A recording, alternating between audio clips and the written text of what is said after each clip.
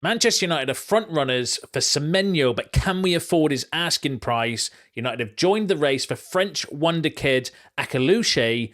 Christopher Vivell is impressed with an exceptional young talent. Links with Mainz striker Jonathan Burkardt, and Amorim says he has to play the youth. All this plus more in today's video as we run through all the latest Manchester United news and transfer news. Welcome to Man United Review. My name's Jamie. Before we get into it, smash a like on the video. Let's jump straight into it. So let's kick off with the Ruben Amorim stuff. So Amorim in his press conference ahead of the game tomorrow kind of confirmed what he said in his post-match press conference following the unbelievable game against Lyon that I'm still, yet to come to terms with. But he had the following to say regarding the youth and having to play the youth. So he said it's not the best time or the best season to play youngsters because, again, they need a solid base to show what they can do. But right now we have to do it. And sometimes we have surprises. Aiden Heaven, and I can be honest, we did it because we had injuries at the time, but today Aiden is my player, so when he's ready, he's competing with the others. Amas did very well last night. Chido when he played very well. When he played very well. It's a difficult time. It's not the right time for youngsters to play, but we will have to do it. We will. So Amorim kind of confirming that he is going to be turning to the youth team for the Premier League game, which I'm actually a little bit more excited about now. Considering, the dross we've had to watch this season in the Premier League as well. But I do think it's a little bit, like Amorim said, a little bit kind of unfair, too much pressure maybe on these kind of young kids to come in and play, top professional Premier League football. Obviously, we've got Wolves at the weekend as well, so it's not like that's going to be an easy game or that they're going to take their foot off the gas or anything for us as well. So I do feel that Amorim's right in what he was saying. It's not the ideal time to bring in the youth players, but as he did with Aiden Heaven, sometimes the youth can surprise you, and that's what I was saying all season when it comes to the youth team. Some just give them a go because sometimes, it's sink or swim. Sometimes the young players will surprise you. That was what Fergie did sometimes.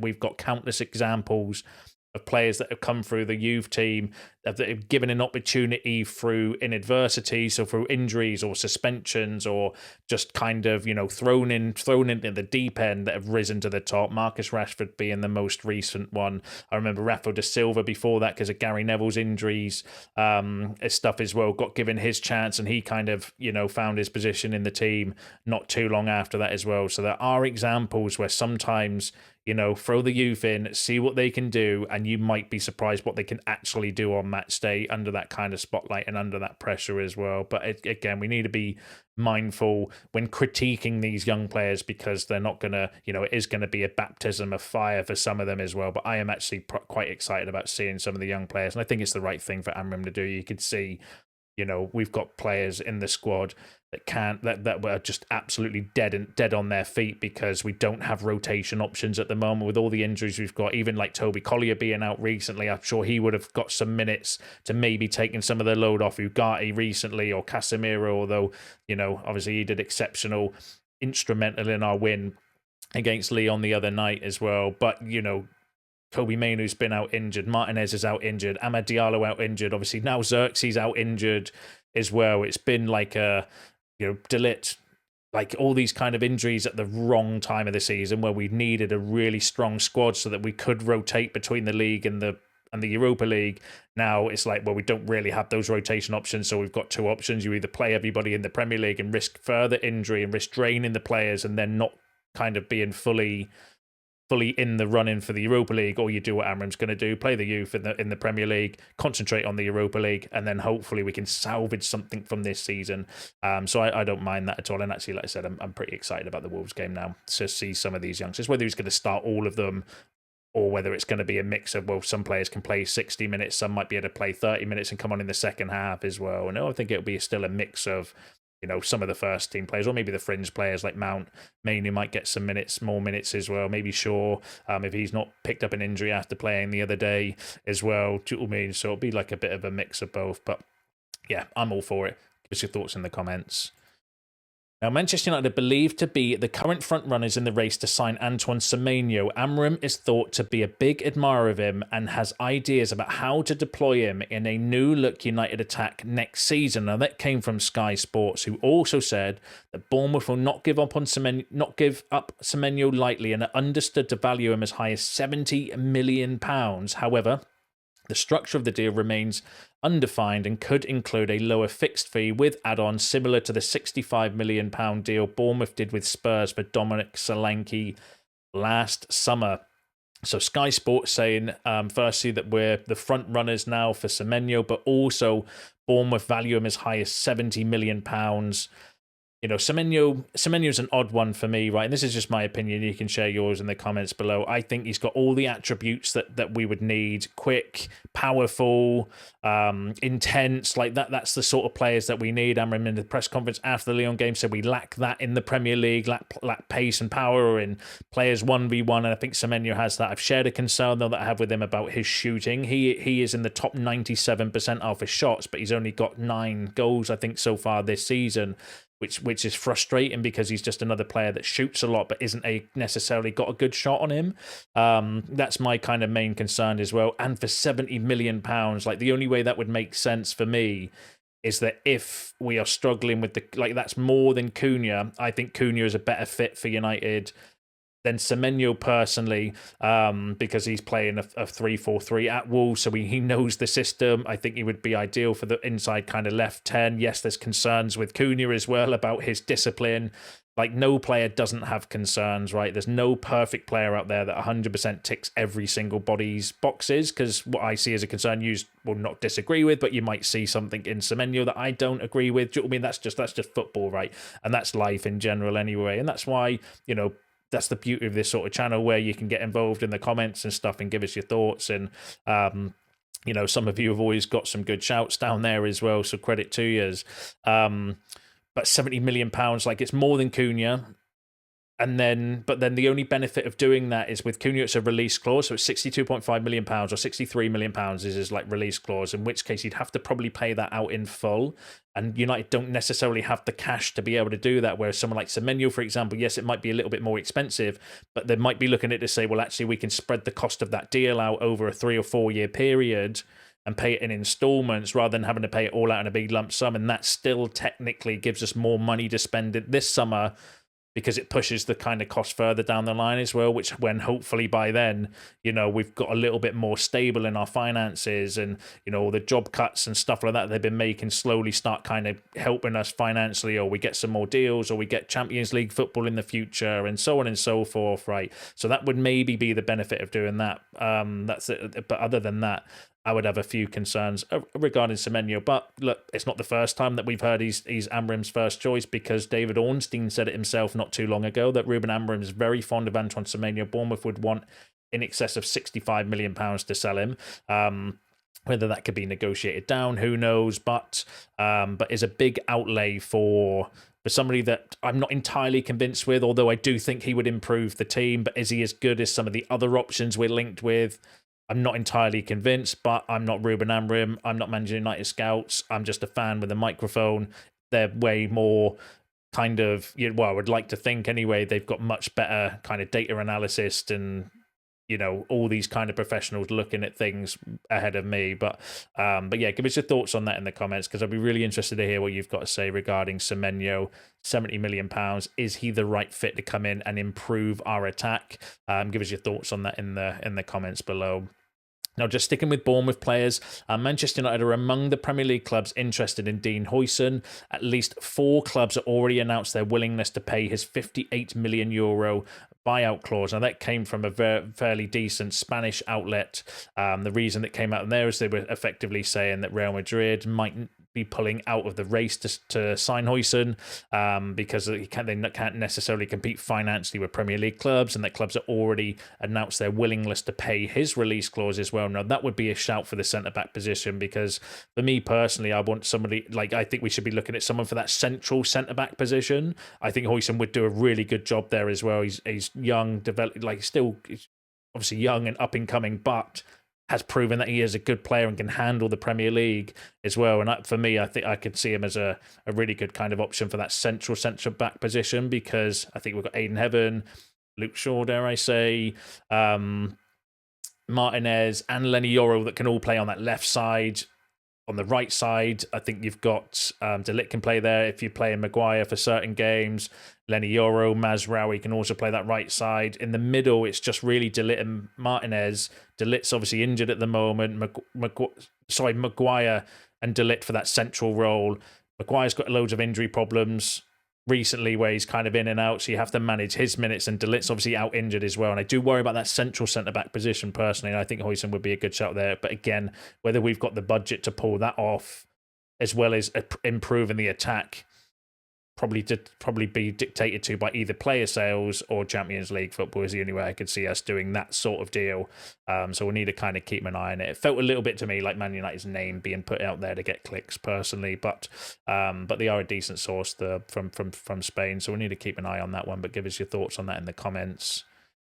Now, Manchester United have joined the race to sign Maghnes Akliouche, 23 from Monaco. I'm sorry, 23. Monaco wants 70 to 80 million euros. Now, that came from L'Equipe via French, Get French Football News. L'Equipe very good when it comes to French players and obviously French teams and stuff as well. They did say that Manchester City, as well as like Real Madrid and a few other big kind of hitters, are all interested in the player as well. And you can see why. Very, very talented player. Obviously, 23 years old. He's a left-footed right winger, got great kind of passing, great vision as well. I've not watched him a ton, but doing loads of research and, watching highlights and stuff, which is never necessarily the best way to judge a player. He kind of like looks like he's got somebody that's got that kind of end product that's missing in our attacking line, that can play a pass, that can cross the ball, that can beat a keeper 1v1 as well and score, and kind of all that stuff. Everything we're kind of missing, I think, in the front line as well. I've got a few concerns.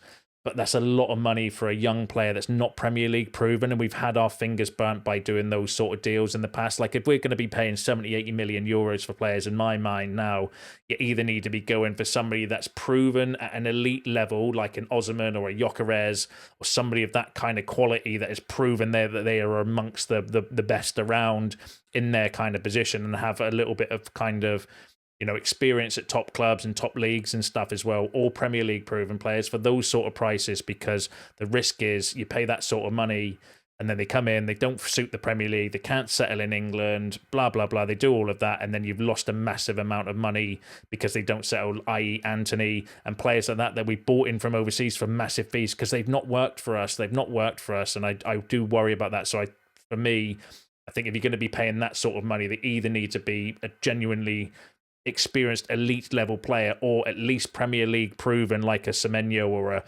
Cunha or Embuemo, like those sort of players for that sort of price, because full well that they can handle it in the Premier League. If you're paying that sort of money for a 23-year-old youngster that's not really proven anything yet, yes, he's got talent and yes, he's got potential, but can he reach that potential? It's a massive risk for United. Whereas like someone like Cherki, for example, £25 million, that's a gamble I think we should take for a player that's un-Premier League proven, because that way, if he doesn't do very well, yes, you might lose some money on him, but it's not going to be anywhere near the amount of loss that you could potentially lose on someone like this. But having said all of that, he looks a very talented player, but I don't think we'll have the budget quite to go that far. That sort of player. 38 appearances this season, 6 goals, 10 assists. Like I said, does look really, really good on his highlights. And his stats are not half bad neither as well for a 23-year-old for playing for Monaco, where he's in the top percentiles for most of the kind of things you would want in an attacking midfielder. Passes attempted, progressive passes, progressive carries, good defensive stats as well. So he is a very, very talented player. But again, I would have concerns around the budget and the price for an unproven 23-year-old coming to the Premier League. I think it would put a lot of pressure on him as well. And I think we need to come away from doing that personally. Like I said, if it was 20 to 30 million pounds, 100% worth the gamble, because like I said, if come in and then you've got a bargain on your hands if he does really, really well. But if he doesn't do really well, you're not going to make a significant loss on him. Like you could sell him, like if Cherki comes in, if we got Cherki, for example, 25 million, he doesn't quite do well enough in the Premier League, you could probably still sell him for 20 and then you've only made a 5 million loss, which isn't the end of the world. But, we'll end up with an Anthony situation where you pay 100 million euros for somebody and then you're struggling now to get 30. And I do worry about that. And whether that's just me being, stupid, which it probably is, let's be fair, and kind of a little bit too scarred from the Antony, the Højlund, these sort of deals where we paid excessive amounts for young, unproven in the Premier League players that have just come and been terrible. We need to come away from doing that, in my opinion. But other than that, very talented player. Give us your thoughts in the comments. Now, another young player that we're linked with quite heavily recently, actually, is Subiabre. So Manchester United and Chelsea have been in contact with Ian Subiabre. Of course, Chelsea are desperate for a young winger, aren't they? So it stands to reason that they would be interested in Subiabre, player we've been linked with a lot in the past. Again, this is one where I think it's not going to necessarily break the bank. I think the reports, it's difficult to pin down his exact price, because I've heard anywhere between 20 to like 40 million pounds. Which is still a little bit high, but it's not my money, so I couldn't care less. But it's less risky for the club to do, because, if you're talking 20, 30, say 30 million pounds, right, for Subiabre, which is probably still a little bit high on the high side, but again, relatively low risk in comparison to 70, 80 million euros for somebody. Like, I just think we need to come away from doing those. If you're going to pay that sort of money, in my mind now, they either need to be an Osimhen, a Gyökeres, somebody that full well is going to come in and probably do, like, you're as guaranteed as you can, or got to have Premier League experience, in my opinion. If you're paying those sort of monies for these unknown, young, un-Premier League proven players, I think it's just too much pressure on them, and it's not always necessarily going to work with them, in my opinion. But give us your thoughts on that in the comments below. Now, another player we linked with a lot, Tyler Dibling. Manchester United will step up their interest in Southampton midfielder Tyler Dibling if Ruben Amorim's team secure Champions League qualification by winning this season's Europa League. Now, that came from Mark Ogden, which was a bit weird, because I was like, well, why do we need Champions League to be able to afford Dibling? I don't necessarily think it's anything to do with cost, right? I think what he's meaning there, and the Muppeteers were saying this the other day as well, and I kind of agree, is that I think United are going for two attackers anyway, regardless of Champions League. I think we're looking at a striker and a number 10. That's widely documented by people like Laurie Whitwell, Fabrizio Romano. Sky was saying it the other day as well. The priority position for United is a striker and a number 10. That the two areas that we are going to strengthen, I think, regardless of what happens. Whether we're going to have the money, though, and the budget will be dictated by Champions League football, because it might be that if we don't, maybe we have to cheapen out and go for like Cherki and Delap, for example, that are going to cost about 50 million quid. Or maybe you go for Delap and Cunha. Again, Laurie was saying that that's plausible the other day as well. But then if you do get Champions League, then maybe you've got more of a budget and they're going to go for 3 forwards.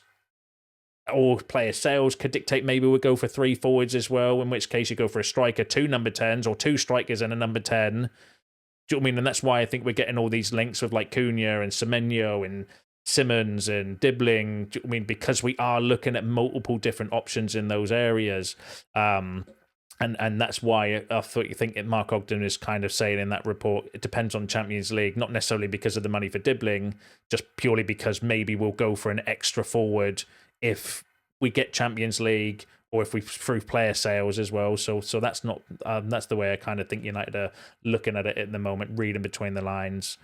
Now, another player we've been linked with, so Manchester United are among several Premier League clubs having scouted Mainz forward Jonathan Burkardt ahead of a possible summer swoop. The German club are already preparing for his departure, with a host of clubs considering a move to secure his signature. Now, that came from Christian Folk.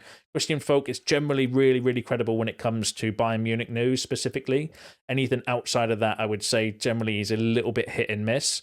It's a striker, though, that we've been linked before, I'm pretty sure. 25 appearances, 16 goals, 3 assists this season.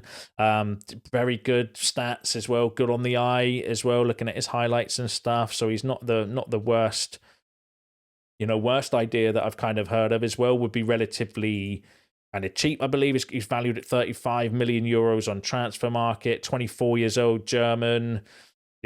Obviously Christopher Vivell, we had reports from Bild yesterday saying that he's been on a bit of a scouting mission in Germany. Is this a player that would have caught his attention? Possibly. Obviously, the reports yesterday there were regarding Benjamin Sesko, but said Benjamin Sesko is going to be expensive, and that depends on the budget, and that goes around the whole cycle around Champions League and stuff that keeps keeps going around at the moment. Is but you know, would be a decent shout. Give us your thoughts on that in the comments below. Now, interest in Jobe Bellingham remains very high. The player has continued to impress the club's recruitment staff, now led by Christopher Vivell. Jobe Bellingham has been touted as an exceptional young talent who could be bought in for a relatively low fee. Reports suggest a deal could be struck for less than £30 million this summer. Now, that came from United District, who are more of an aggregator account, who don't normally post like transfer rumours and stuff. But when they do, they are fairly decent as well regarding it. So that's probably come from some sort of inside information suggesting that Jobe Bellingham remains high on the list. Christopher Vivell is leading the kind of charge. Think that he's an exceptional young talent who could come in.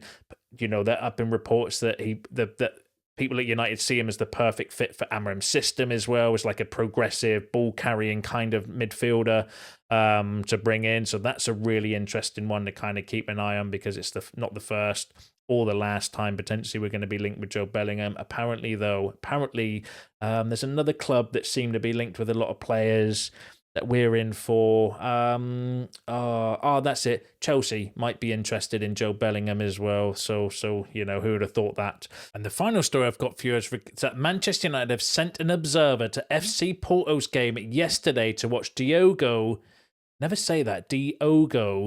Costa. Now, that came from Record in Portugal. Now, Record in Portugal are actually fairly decent when it comes to Portuguese news, so that's an interesting one to kind of keep an eye on. Obviously, we know there's loads of talk and reports at the moment regarding the goalkeeper situation, whether that's bandwagon jumping, we don't know, but there was reports yesterday around United's shortlist, and Costa was on that shortlist as well. I do think he'd be the more expensive option for goalkeeper though as well, but you know, no smoke without fire when it comes to Costa. But Record actually fairly decent when it comes to Portuguese news, suggesting that United sent a scout yesterday basically to watch Costa for Porto, so that could be one to keep an eye on for the goalkeeper situation. Anything kind of develops, I'll obviously bring it to you, but give us your thoughts on that in the comments. Give us your thoughts on all the other topics discussed in today's video, because it is you all up to date with the latest Manchester United news and transfer news. Smash a like on the video on your way out, subscribe to the channel if you are new. See you in the next one.